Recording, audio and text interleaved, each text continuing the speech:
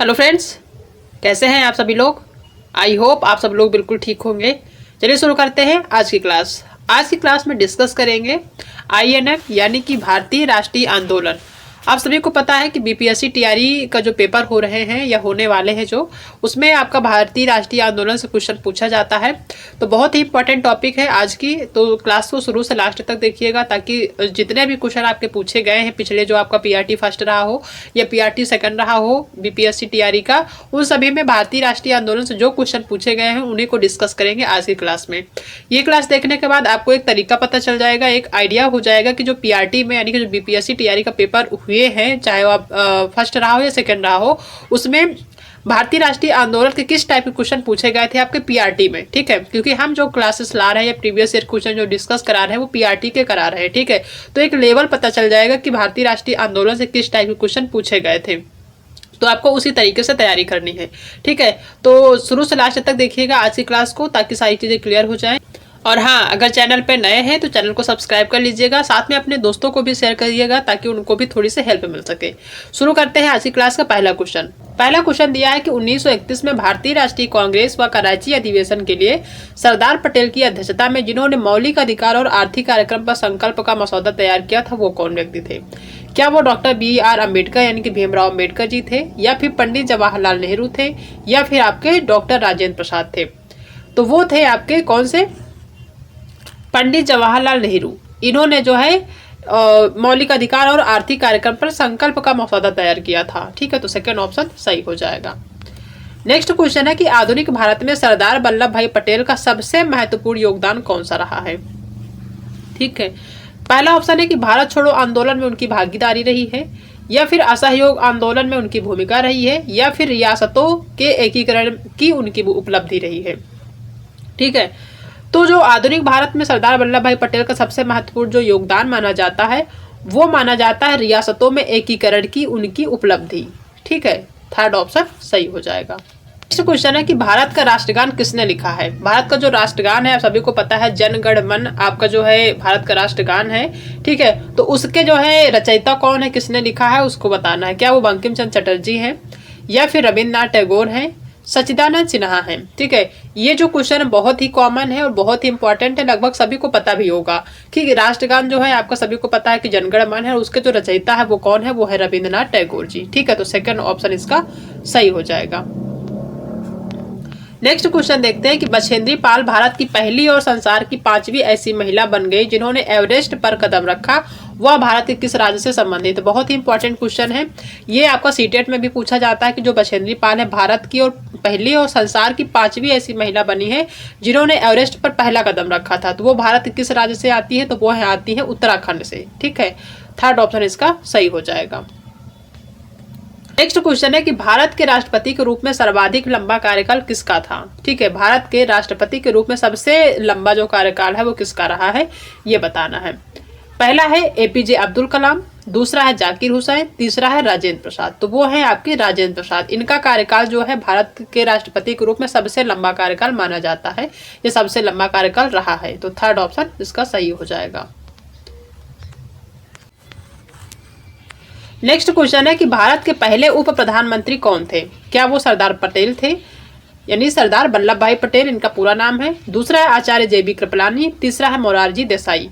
तो भारत के पहले जो उप प्रधानमंत्री थे वो थे आपके कौन से, सरदार वल्लभ भाई पटेल। तो पहला ही ऑप्शन इसका सही हो जाएगा। ठीक है, नेक्स्ट है क्वेश्चन आपका कि इनमें से कौन घटना द्वितीय विश्व युद्ध का परिणाम नहीं है। कौन सी ऐसी घटना है जो द्वितीय विश्व युद्ध जो हुआ था उसका परिणाम नहीं है, यानी निगेटिव बताना है।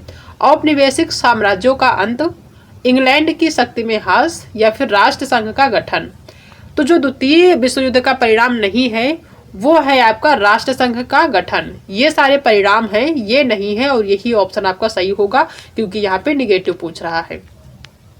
नेक्स्ट क्वेश्चन है कि मानव और नागरिकों के अधिकार के घोषणा पत्र के बारे में क्या गलत है। मानव और नागरिकों के अधिकार के जो घोषणा पत्र जारी किया गया था उसमें क्या गलत है, यानी कौन सी चीजें इसमें उसमें नहीं थी। पहला कि इसे पुरातन व्यवस्था का मृत्यु प्रमाण पत्र कहा जाता है, दूसरा है कि इसमें स्वतंत्रता, समानता तथा बंधुत्व को अपनाया गया है, और तीसरा है कि सभी वयस्कों को मताधिकार दिया गया है। यहाँ पे गलत बताना यानी कि निगेटिव आंसर करना है। तो ये तो आपके थे, ठीक है, घोषणा पत्र में। इसे पुरातन व्यवस्था का मृत्यु प्रमाण पत्र कहा जाता है, बिल्कुल सही है। दूसरा कि इसमें स्वतंत्रता, समानता तथा बंधुत्व को अपनाया गया है इस घोषणा पत्र में, तो ये भी सही है। सभी वयस्कों को मताधिकार दिया गया है, ये ऑप्शन गलत है, ठीक है, तो यही सही हो जाएगा, थर्ड ऑप्शन। नेक्स्ट क्वेश्चन है कि 1930 में बिहार में किसान आंदोलन का नेतृत्व किसने किया था? 1930 में बिहार का जो आंदोलन हुआ था उसमें जो है किसने नेतृत्व किया था, ये बताना है। पहला है C.R. दास, दूसरा है स्वामी सहजानंद, तीसरा है मुजफ्फर अहमद। तो वो थे आपके कौन? स्वामी सहजानंद, ठीक है, सेकेंड ऑप्शन इसका सही हो जाएगा। जो 1930 में बिहार में किसान आंदोलन हुआ था उसका नेतृत्व जो किया था वो किए थे स्वामी सहजानंद जी, ठीक है, सेकेंड ऑप्शन सही हो जाएगा। नेक्स्ट क्वेश्चन है कि शिक्षा का अधिकार कानून किस आयु वर्ग के बच्चों के लिए बना है? क्या वो 6 से 12 वर्ष की आयु के लिए, या फिर 6 से 14 वर्ष के लिए, या फिर 3 से 10 उम्र के बच्चों के लिए? तो जो शिक्षा का अधिकार कानून बना है, ये बनाया गया है, ये जो है 6 से 14 वर्ष के बच्चों के लिए बनाया गया है, ठीक है, तो सेकेंड ऑप्शन सही हो जाएगा। नेक्स्ट क्वेश्चन है कि राज्यसभा का सदस्य बनने के लिए उम्मीदवार की आयु डैश से कम नहीं होनी चाहिए, यानी कम से कम कितनी होनी चाहिए? 25 वर्ष की आयु होनी चाहिए, 30 वर्ष की आयु होनी चाहिए, 35 वर्ष की होनी चाहिए, कितनी होनी चाहिए? ठीक है, तो वो होनी चाहिए लगभग 30 वर्ष, यानी 30 वर्ष की आयु से कम नहीं होनी चाहिए, ठीक है, सेकेंड ऑप्शन इसका सही हो जाएगा। नेक्स्ट क्वेश्चन है कि मैकमोहन रेखा जो भारत और चीन के बीच सीमा निर्धारित करती है निम्नलिखित में से किस राज्य की उत्तरी सीमा तक खींची गई है? क्या वो जम्मू और कश्मीर है, या फिर उत्तर प्रदेश है, या फिर हिमाचल प्रदेश है? तो जो मैकमोहन रेखा है जो भारत और चीन के बीच एक सीमा निर्धारित करती है, वो जिस राज्य की उत्तरी सीमा तक खींची गई है वो है आपका अरुणाचल प्रदेश, ठीक है, अरुणाचल प्रदेश। तो अरुणाचल प्रदेश तो यहाँ पे है नहीं, ठीक है, तो तीनों ऑप्शन आपका गलत हो जाएगा, सही ऑप्शन इसमें होगा उपयुक्त में से कोई नहीं। और वो जो राज्य है वो है अरुणाचल प्रदेश, जिसका उत्तरी सीमा जो है उत्तरी सीमा तक खींची गई है, यानी अरुणाचल प्रदेश जो राज्य है उसके उत्तरी सीमा तक ये रेखा खींची गई है, ठीक है, तो यहाँ पे फिफ्थ ऑप्शन सही हो जाएगा। नेक्स्ट है कि भारत ने किसके आयात को सुव्यवस्थित करने के लिए राष्ट्रीय एकल खिड़की प्रणाली शुरू की? क्या वो खिलौने हैं, या चिकित्सा उपकरण है, या फिर यूरेनियम है? ठीक है, तो जो भारत है उसने जिस उपकरण के लिए जो है सुव्यवस्थित किसी भी उपकरण को सुव्यवस्थित करने के लिए जो राष्ट्रीय एकल खिड़की प्रणाली शुरू की है वो है चिकित्सा उपकरण, ठीक है, सेकेंड ऑप्शन है। चिकित्सा उपकरण के लिए भारत ने राष्ट्रीय एकल खिड़की प्रणाली की शुरुआत करी है, तो सेकेंड ऑप्शन सही हो जाएगा। नेक्स्ट क्वेश्चन है कि बंगाल विभाजन के बाद कौन सा आंदोलन प्रारंभ हुआ था? जो बंगाल विभाजन हुआ था उसके बाद कौन सा आंदोलन प्रारंभ हुआ था? क्या वो सविनय अवज्ञा आंदोलन था, या फिर स्वदेशी आंदोलन था, या फिर भारत छोड़ो आंदोलन था?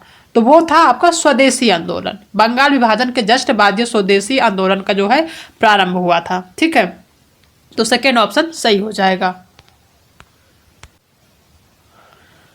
नेक्स्ट क्वेश्चन है कि इनमें से मौर्य साम्राज्य के पतन का मुख्य कारण क्या था? कौन सा मुख्य कारण था मौर्य साम्राज्य के पतन का, ये बताना है। पहला ऑप्शन है कि अशोक के कमजोर उत्तराधिकारी जो साम्राज्य को ठीक से नियंत्रित नहीं कर सके, दूसरा है अशोक की धार्मिक नीति, या फिर तीसरा है अशोक ने अपने पड़ोसियों के साथ मैत्रीपूर्ण संबंध बनाए रखा। क्या ये कारण हो सकता है?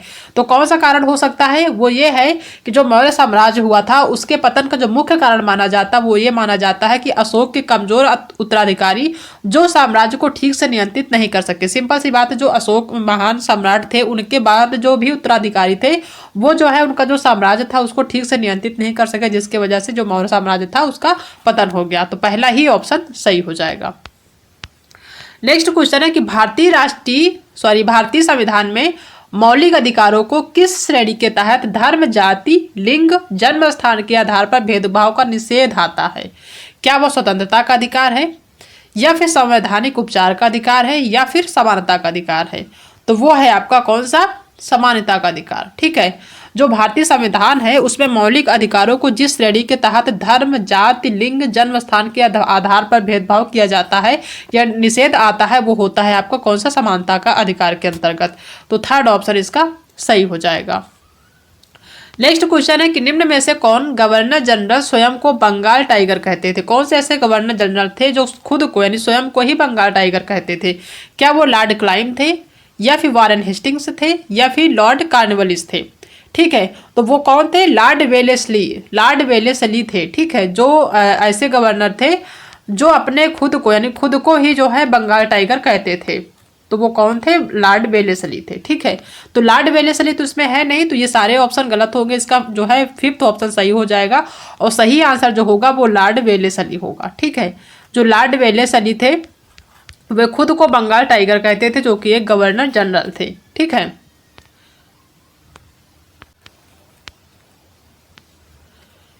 नेक्स्ट क्वेश्चन है कि किस मुगल सम्राट के समय में अंग्रेजी ईस्ट इंडिया कंपनी ने भारत में अपना पहला कारखाना स्थापित किया था? कौन से ऐसे मुगल सम्राट थे? क्या वो अकबर थे, क्या वो जहांगीर थे, या फिर शाहजहां थे? ठीक है, तो कौन से ऐसे मुगल सम्राट थे? वो थे कौन से? जहांगीर, ठीक है। जहांगीर के शासनकाल में जो अंग्रेज थे वो अपनी ईस्ट इंडिया कंपनी जो है अपने का जो कारखाना वो भारत में पहली बार जो है स्थापित किया था, ठीक है। जहांगीर के शासनकाल में ही जो अंग्रेज थे वो उन्होंने अपनी कंपनी ईस्ट इंडिया कंपनी को जो है भारत में स्थापित किया था, ठीक है। तो ये जहांगीर साहब थे, सेकंड ऑप्शन सही हो जाएगा। नेक्स्ट क्वेश्चन है कि लोकमान्य तिलक के विषय में कौन सा कथन सही नहीं है? ठीक है, निगेटिव बताना है। पहला, उन्होंने मराठी पत्र केसरी प्रकाशित किया था, तो ये बिल्कुल सही है। उन्होंने एक पत्र प्रकाशित किया था जो कि केसरी है और मराठी भाषा में था, ठीक है, तो ये सही है। दूसरा कि वो नरमपंथी कांग्रेसी नेता थे। और तीसरा कि उन्होंने गणपति एवं शिवाजी नामक त्योहारों की शुरुआत की थी, तो ये ऑप्शन भी सही है। यानी ये आपका पहला और तीसरा सही है, दूसरा जो है ये आपका गलत है। ये नरमपंथी या कांग्रेसी नेता नहीं थे, ठीक है, तो ये निगेटिव है और निगेटिव ही आपका आंसर हो जाएगा। नेक्स्ट क्वेश्चन है कि किस राज्य को भारत का मसाला उद्यान माना जाता है? बहुत ही इंपॉर्टेंट क्वेश्चन है, कई बार एग्जाम में पूछा गया है और ये जो है कई तरीके से पूछा जाता है। कई बार पूछा जाता है कि मसालों का राज्य कौन सा है, ठीक है, और यहाँ पे पूछा गया है कि किस राज्य को भारत का मसाला उद्यान माना जाता है, तो वो है आपका केरल। केरल को मसालों की नगरी कहा जाता है, मसालों का बगीचा कहा जाता है, ठीक है। तो क्वेश्चन घुमा के किसी भी तरीके से पूछा जा सकता है, तो यहाँ पे थर्ड ऑप्शन इसका सही हो जाएगा। जो केरल है उस राज्य को भारत का मसाला उद्यान माना जाता है, ठीक है। ये टोटल 20 क्वेश्चन है जो कि हमने आज की क्लास में डिस्कस किया है। आई होप आप सबको आज की क्लास पसंद आई होगी। अगर आज की क्लास पसंद आई है तो वीडियो को लाइक करिएगा, अपने दोस्तों में शेयर कर दीजिएगा। अगर आप चैनल पर नए हैं तो चैनल को सब्सक्राइब करना बिल्कुल भी मत भूलिएगा। ये जो है भारतीय राष्ट्रीय आंदोलन उसकी आज जो है पहली क्लास है, तो कुछ हमने कम क्वेश्चन लिए हैं, नेक्स्ट क्लास में ज़्यादा क्वेश्चन होंगे। और ये जितने भी क्वेश्चन हम डिस्कस कर रहे हैं वो प्रीवियस ईयर के क्वेश्चन है, ठीक है। और ये पीआरटी में पूछे गए क्वेश्चन जो कि 1 to 5 के जो है पेपर में आपको देखने को मिलेगा, ठीक है। तो ये सारी चीज़ें हैं जो कि हमने आज की क्लास में डिस्कस किया है।